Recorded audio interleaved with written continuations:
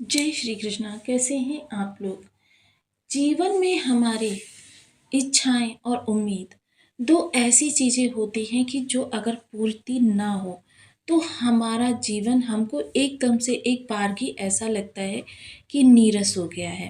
लेकिन कभी कभी समय अनुकूल ना होने के कारण हमारी ना तो इच्छाएं पूर्ति हो पाती है ना हमारी उम्मीद की पूर्ति हो पाती है।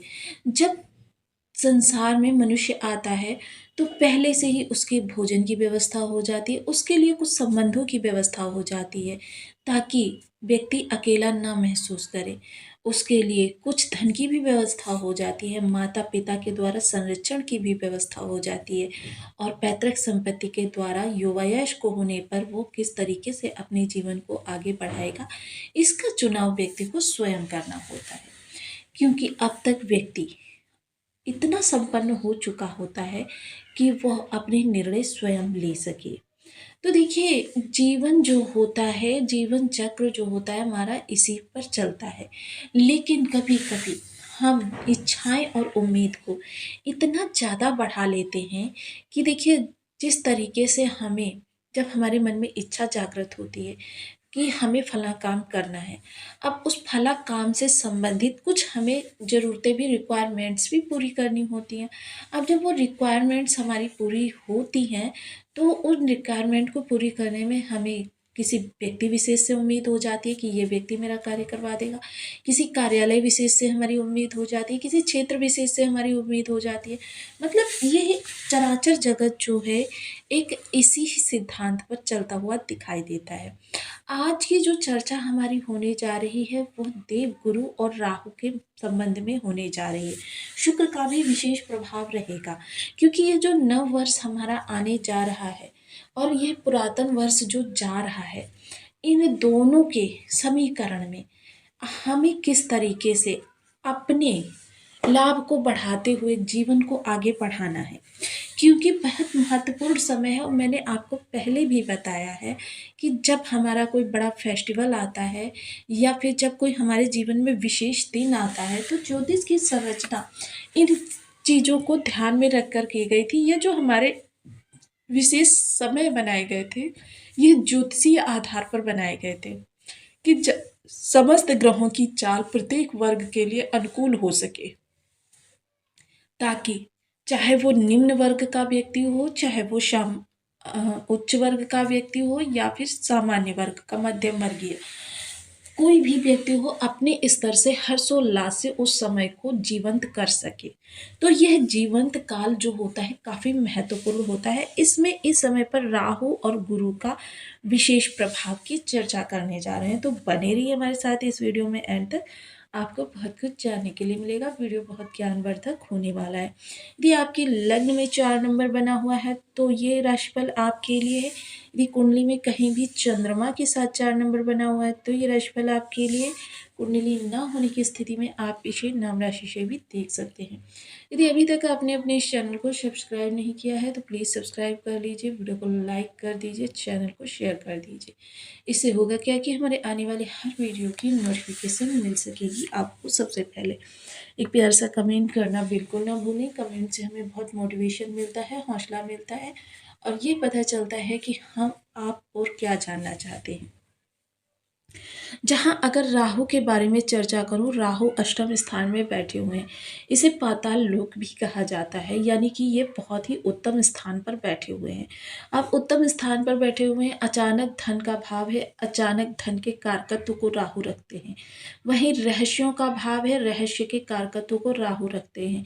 वहीं ये आपको कुछ ऐसी चीज़ों में उलझाने का कार्य करता है जो आपके कार्य से आपको विमुख करते हैं। आपकी परिस्थितियों को इस तरीके से उलझाता है कि आप एकदम से अपने जो जीवंत समय है उस समय से ही बिल्कुल स्वयं को नीरसता में डुबो लेते हैं। वहीं अगर गुरु की चर्चा करें तो गुरु भी वर्तमान समय में वक्री अवस्था में है। वक्री अवस्था में होते हुए इन्होंने 3 दिसंबर को अपना राशि परिवर्तन किया था, जो कि ये मिथुन राशि में आ गए थे, जहाँ पर ये मार्च तक निवास करने वाले हैं। मार्च में ये फिर से आपकी कर्क राशि में आ जाएंगे और यह इस समय पुनर्वसु नक्षत्र से गोचर कर रहे हैं। जहाँ राहु सतभिषा से नक्षत्र गोचर कर रहे हैं, वहीं गुरु जो है इस समय पुनर्वसु से गोचर कर रहे हैं। पुनर्वसु नक्षत्र स्वामी शुक्रदेव महाराज जो इस समय षष्ठ भाव में बैठे हुए गुरु पर दृष्टि डाल रहे हैं। अब जब ये गुरु पर दृष्टि डाल रहे हैं, वहीं इनका लाभ संबंध जो बन रहा है राहु के साथ बन रहा है, और राहु की पंचम दृष्टि गुरु पर जा रही है, जिस कारण से इस समय पर किस तरीके की स्थितियां उत्पन्न होने जा रही हैं। क्योंकि देखिए, राहु के पास कुछ शस्त्र हैं और कुछ शस्त्र पास जो है गुरु के पास है। गुरु के शस्त्र अगर क्षमा, दान, तप, नाम जप, अध्यात्म, सात्विकता और अपनी आत्मिक ऊर्जा का और ज़्यादा वृद्धि करना, विस्तार करना, हर किसी के साथ प्रेम पूर्वक, सम्मान पूर्वक वार्तालाप करना। वहीं राहु के शस्त्र क्या हैं? छल, प्रपंच, माया, षड्यंत्र, स्वांग। ये जो है राहु के हथियार हैं। अब ऐसे में कौन होगा प्रबल? जहाँ पुनर्वसु नक्षत्र जो शुक्र देव का नक्षत्र है और शुक्र और गुरु के संबंध सम है। इन दोनों के ना तो मित्रवत संबंध है ना शत्रुवत संबंध है, क्यों दोनों अध्यात्म से परिपूर्ण हैं और दोनों ज्ञान के कीर्तिमान शिखर पर हैं।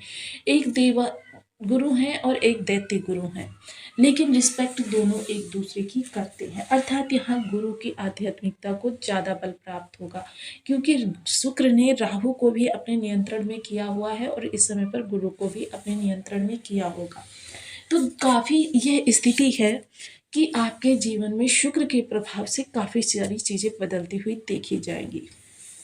शुक्र जो भौतिकतावादी के सबसे विशेष ग्रह माने जाते हैं, जो आपको राजा समझ, क्योंकि शुक्र की एक विशेषता है, वो जीवन के प्रत्येक पड़ाव पर अपनी दृष्टि रखते हैं।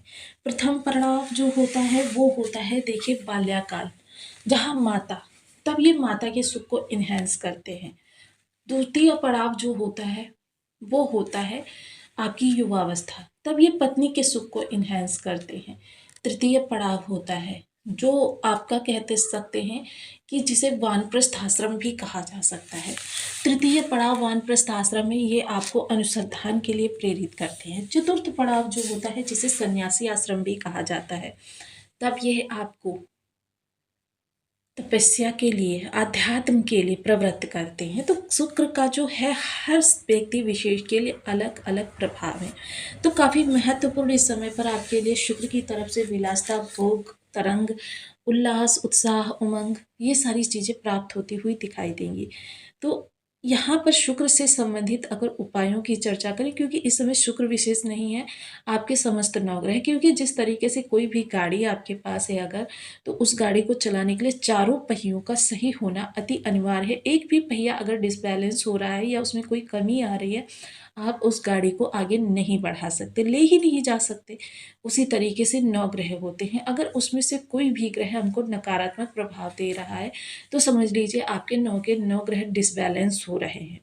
आपको तुरंत उस ग्रह से संबंधित उपाय की ओर अग्रसर होना चाहिए। हम जो लास्ट में उपाय बताते हैं काफ़ी महत्वपूर्ण होते हैं। कारक मारक बाधक किसी भी अवस्था में ग्रह बैठा हो, आप आंख बंद करके उन उपायों को कर सकते हैं। तो आपको वीडियो कैसी लगी मुझे कमेंट बॉक्स में जरूर बताएं। चैनल पर न्यू है तो प्लीज़ वीडियो को लाइक, शेयर, चैनल को सब्सक्राइब करना बिल्कुल ना भूलें। मिलती हूँ नेक्स्ट वीडियो में, तब तक के लिए नमस्कार। अपना ध्यान रखें, स्वस्थ रहें, मस्त रहें।